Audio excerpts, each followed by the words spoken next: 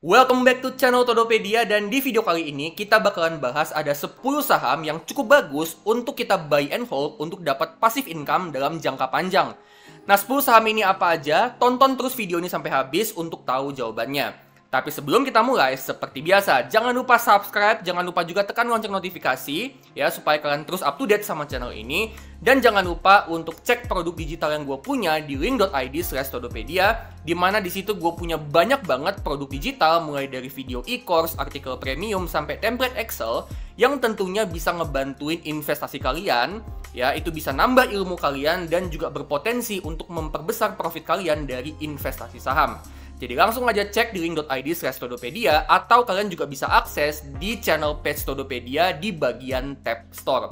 Ya, dan jangan lupa juga untuk join program membership yang ada di channel Todopedia, karena di sini kalian akan dapat juga beberapa benefit yang cukup ngebantuin kalian. Contohnya kayak stock pick, yang mana di sini gue akan kasih bocoran saham-saham apa aja yang menurut gue bagus untuk investasi jangka panjang. Selain itu kalian juga bisa dapat artikel, video e-course, dan juga template Excel, dan akan ada live dan Q&A khusus untuk para member. Jadi langsung aja join membership Todopedia. Ya, nah langsung aja kita mulai yuk ke videonya.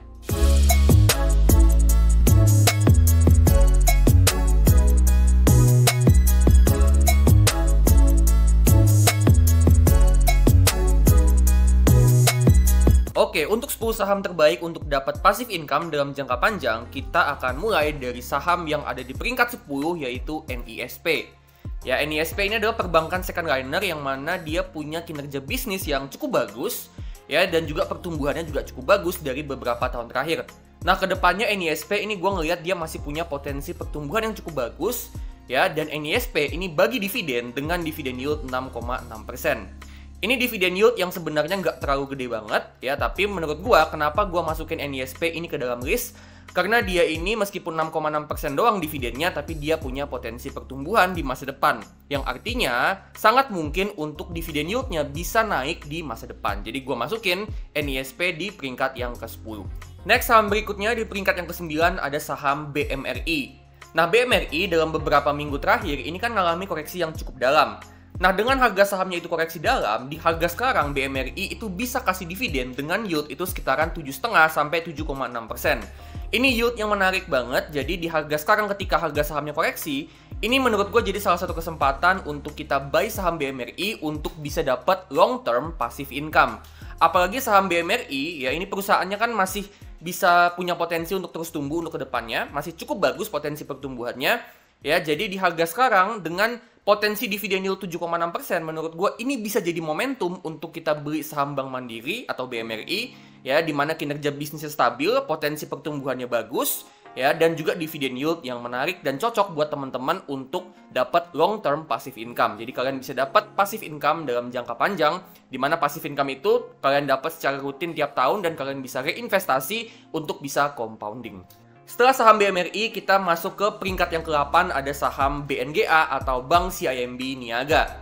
BNGA ini perbankan second liner yang kinerjanya juga cukup bagus sama kayak NISP tadi, ya, dimana dia ini punya kinerja yang bagus, stabil, manajemen resikonya bagus, dan juga valuasinya murah, ditambah juga potensi dividen yieldnya cukup menarik dengan potensi sampai 8,2%. Ya, ini dividen yield yang cukup bagus, cukup menarik ya, bisa 8% per tahun. Ya, apalagi BNGA ini perusahaannya cukup stabil, cukup bagus, dan dari tahun ke tahun tingkat profitabilitasnya BNGA ini makin lama makin bagus, yang artinya potensi pertumbuhan laba BNGA ke depannya ini masih cukup bagus, dan artinya dividen yield 8,2%, yang mana ini yield yang udah tinggi sebenarnya, ini pun masih punya potensi untuk terus bertumbuh, ya, yang mana itu bisa ningkatin profit kalian dalam jangka panjang dan juga ningkatin passive income yang bisa kalian dapat dari saham BNGA. Next, kita masuk ke peringkat yang ke-7, ada saham Astra. Astra ini kinerja bisnisnya cukup stabil, bisnisnya juga kuat banget, di mana dia mencakup hampir semua sektor yang ada di perekonomian Indonesia. Sebagai perusahaan yang lini bisnisnya banyak banget dan memang ukuran perusahaannya udah gede banget, Astra ini punya kinerja yang cukup bagus, di mana pertumbuhannya masih cukup oke. Dia punya tingkat profitability yang bagus dan cash flow-nya juga rutin positif. Terus juga Astra ini bagi dividen dengan dividen yield yang cukup bagus di 8,8%. Ini dividen yield yang tinggi sebenarnya, apalagi dengan dividen payout ratio yang cuma 48% untuk tahun buku 2024. Yang artinya dengan kita dapat dividen yield 8,8% sebagai investor, ya, sebenarnya masih ada sisa uang sekitaran 52% yang disisain sama Astra sama manajemennya untuk dia investasi untuk pengembangan bisnis. Ya, jadi dividen yang kita terima 8,8 itu udah gede, ditambah Astra ini masih nyimpen duit untuk dia investasi untuk pengembangan bisnis. Nah, menurut gua ini juga jadi salah satu opsi untuk kita bisa dapat long term passive income, di mana Astra ini perusahaan yang udah besar, yang udah kuat, dan dengan dia masih terus investasi untuk ngembangin bisnisnya, ya artinya kedepannya potensi pertumbuhannya itu masih ada. Next, setelah saham Astra, kita ke peringkat yang ke-6, ada saham BBRI. Ya, saham BBRI belakangan ini ngalami koreksi yang dalam, dan di harga sekarang, ya saham BBRI ini bisa kasih potensi dividen dengan dividen yield itu sampai 9%. Ini dividen yield yang menarik banget menurut gua ya untuk saham blue chip kayak BBRI. Ya, terutama kan belakangan ini memang BBRI ini dia memang lagi dihantui isu kredit macet. Gitu ya. Nah, tapi BBRI ini menurut gua dia ini masih perbankan yang kuat, ditambah dia juga masih punya potensi pertumbuhan yang cukup bagus dari holding ultramikro bersama dengan Pegadaian dan PNM. Ya, jadi terlepas dari isu apapun yang melanda BBRI belakangan ini, ya menurut gua ini cuma jangka pendek sampai jangka menengah aja, tapi untuk jangka panjang, BBRI ini prospek bisnisnya masih cukup bagus seiring juga dengan pertumbuhan ekonomi yang ada di Indonesia. Ya, jadi menurut gua saham BBRI ini bisa kasih kita long term passive income yang cukup besar, terutama dengan dividen yield sampai 9%. Dan 9% itu juga belum termasuk kalau bisnisnya bertumbuh dalam jangka panjang. Ya, bisa jadi di tahun-tahun kedepannya itu bisa sampai 10%, bahkan 11-12%. Gitu ya. Kalau misalnya itu bisa di atas 10%, artinya bisa dibilang saham BBRI ini bisa kasih potensi dividen yang gede banget, yang jumbo banget, dan itu juga belum termasuk dengan kalau bisnisnya bertumbuh, artinya kita juga bakalan dapat capital gain di masa depan dalam jangka panjang. Oke, next kita masuk ke peringkat yang kelima, ada saham UNTR. UNTR di harga sekarang, per video ini dibuat di harga 22.725, ini bisa kasih kita potensi dividen dengan yield itu sampai 9,2%. Ini potensi dividen yang gede banget, dan itu juga dengan dividen payout ratio yang cuma 40%. Jadi kita bisa dapat dividen dengan yield itu 9,2%, dan itu juga dengan dividen payout ratio yang cuma 40%, yang artinya sisa 60% dari labanya itu dipakai lagi untuk investasi buat pengembangan bisnis. Dan memang UNTR ini cukup banyak untuk investasi untuk pengembangan bisnis, di mana dia beli banyak banget alat berat, alat-alat konstruksi gitu ya, yang mana itu tentu bisa menunjang pertumbuhan bisnisnya. Ya, jadi dividen yield 9,2% ya itu juga masih dengan adanya potensi pertumbuhan. Gitu ya, dan UNTR ini menurut gua kedepannya bisnisnya masih cukup bagus prospeknya, dimana dengan banyaknya proyek kayak pertambangan, proyek hilirisasi gitu ya, dan juga proyek pembangunan infrastruktur itu tentu akan mendorong juga penjualan untuk alat beratnya UNTR. Jadi UNTR ini potensi dividennya bagus ya, gede banget 9,2%. Ya, dan juga masih punya potensi pertumbuhan bisnis, pertumbuhan pendapatan, dan laba yang masih cukup bagus untuk kedepannya. Dan menurut gue bisa jadi opsi juga untuk teman-teman yang mau dapat passive income dalam jangka panjang. Oke, next kita masuk ke saham di peringkat keempat, ada saham IPCC atau Indonesia Kendaraan Terminal. IPCC ini adalah bisnis pelabuhan terminal kendaraan, ya, yang mana dia ini adalah anak usaha dari Pelindo. Nah, IPCC ini bisnisnya termasuk jasa bongkar muat dan juga jasa penyimpanan kendaraan dan juga jasa distribusi kendaraan.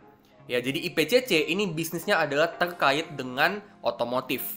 Ya. Nah, IPCC ini bisa bagi dividen dengan dividen yield itu sampai hampir 11%, dan ini adalah dividen yield yang menurut gua gede banget. Ya, bisa sampai 11%, ini adalah dividen yield yang gede, dan itu juga dengan dividen payout ratio di 75%. Yang artinya dia bagi dividen itu dengan 75% laba, dan sisa 25%-nya itu masih disisain untuk investasi buat pengembangan bisnis. Menurut gue IPCC ini bisnis yang cukup stabil, ya, di mana pertumbuhan laba dan pendapatannya dari beberapa tahun terakhir itu juga cukup stabil.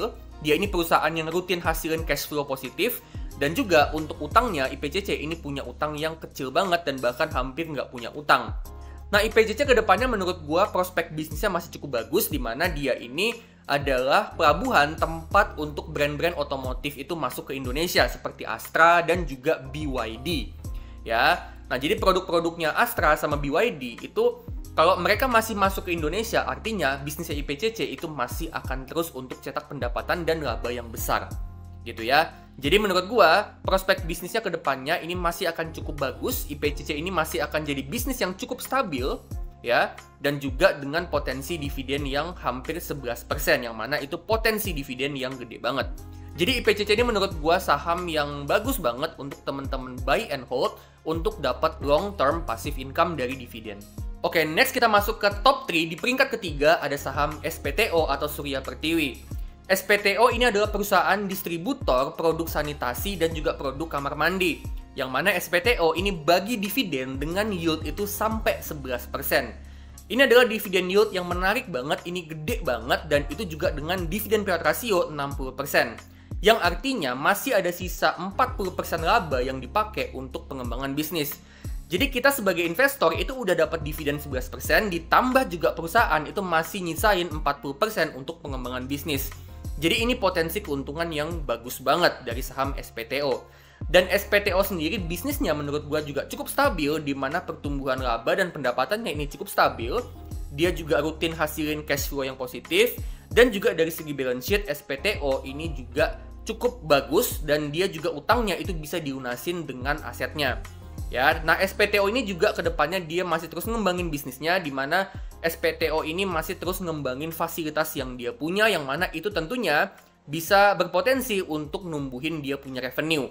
Ya, jadi SPTO dengan dividen yield 11% dan dia masih punya potensi pertumbuhan, ya SPTO ini bisa jadi salah satu saham juga yang bagus banget untuk kita jadiin sumber passive income dalam jangka panjang. Oke, next kita ke peringkat yang kedua, ada saham Resource Alam Indonesia atau KKGI.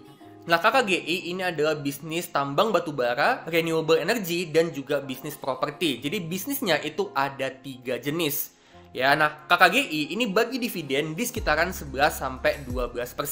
Yang mana ini dividen yang menarik banget. Itu pun juga dengan dividen payout ratio yang cuman 40%. Yang artinya masih ada sisa 60% laba yang dipakai untuk pengembangan bisnis. Jadi ini sesuatu yang bagus banget sebenarnya. Nah, KKGI ini juga bisnisnya menurut gua cukup bagus, di mana pertumbuhannya kencang, dia juga punya rasio utang dan balance sheet yang bagus banget, dan cash flow-nya juga rutin positif, dan valuasi sahamnya itu juga murah banget. Jadi untuk KKGI ini dia bisnis yang cukup bagus, ditambah dengan valuasinya yang murah dan potensi dividennya yang gede, menurut gua ini juga salah satu opsi yang bagus banget untuk kita buy, untuk jadi sumber passive income dalam jangka panjang. Dan kita masuk ke saham yang ada di peringkat 1, yaitu saham ITMG atau Indo Tambang Raya Megah. Nah, dengan EPS-nya yang terbaru sebesar 5.349 dan juga dengan dividen payout ratio 60%, ya saham ITMG itu bisa kasih dividen dengan potensi yield itu sampai hampir 14%. Ini dividen yield yang gede banget, dan itu pun juga dengan dividen payout ratio 60%. Yang artinya masih ada sisa 40% dari labanya yang dipakai untuk pengembangan bisnis. Jadi kita udah dapat dividen yield yang gede banget sampai sekitaran 13-14%, dan ditambah juga dengan dia masih nyisain 40% dari labanya untuk investasi buat pengembangan bisnis. Dan ITMG ini memang dari segi kinerja bisnis dia ini juga cukup bagus, di mana untuk kondisi cash flow-nya dia rutin untuk positif cash flow-nya, dan juga untuk balance sheet-nya ITMG ini adalah perusahaan yang sangat minim utang, yang artinya memang sangat mendukung ITMG untuk bagi dividen dengan yield yang gede. Dan juga ITMG ini sebagai bisnis batubara, ya dia ini juga mau diversifikasi bisnis ke arah renewable energy. Jadi dia juga masih punya potensi prospek bisnis yang cukup bagus untuk kedepannya. Jadi saham ITMG dengan dia bisa kasih dividen yield 14%, menurut gua ini juga jadi saham yang bisa jadi kita bisa pertimbangin untuk kita buy dan bisa dapat dividen yield sampai 14%, dan itu bisa jadi sumber passive income kita yang gede untuk jangka panjang. Oke, jadi itu dia ya 10 saham yang cukup bagus untuk buy and hold untuk dapat passive income dalam jangka panjang.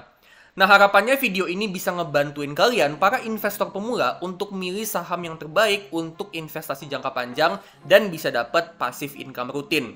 Ya, nah menurut kalian gimana nih? 10 saham ini apakah ada yang kalian suka dan nggak suka? Ya, kalian suka saham yang mana aja dan nggak suka saham yang mana aja? Boleh banget kalian share di kolom komentar. Ya, tentunya kita nggak bisa setuju sama 10-10-nya. Mungkin ada teman-teman yang juga, oh aku nggak setuju nih sama saham ini gitu ya. Boleh banget share di kolom komentar, siapa tahu kalian bisa kasih insight buat gua dan juga buat penonton yang lain.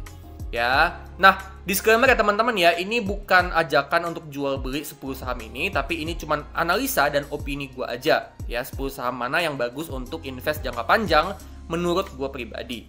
Ya, jadi ini lebih ke opini dan bukan ajakan untuk jual beli. Nah, kalau misalnya kalian suka sama video ini, ya jangan lupa untuk klik like, bagiin video ini ke teman-teman kalian, dan jangan lupa untuk kasih super thanks supaya bisa ngebantu channel ini dan juga video ini untuk bisa terus bertumbuh dari segi views dan juga subscribers. Oke teman-teman, kalau gitu gua pamit dulu dan sampai ketemu di video selanjutnya.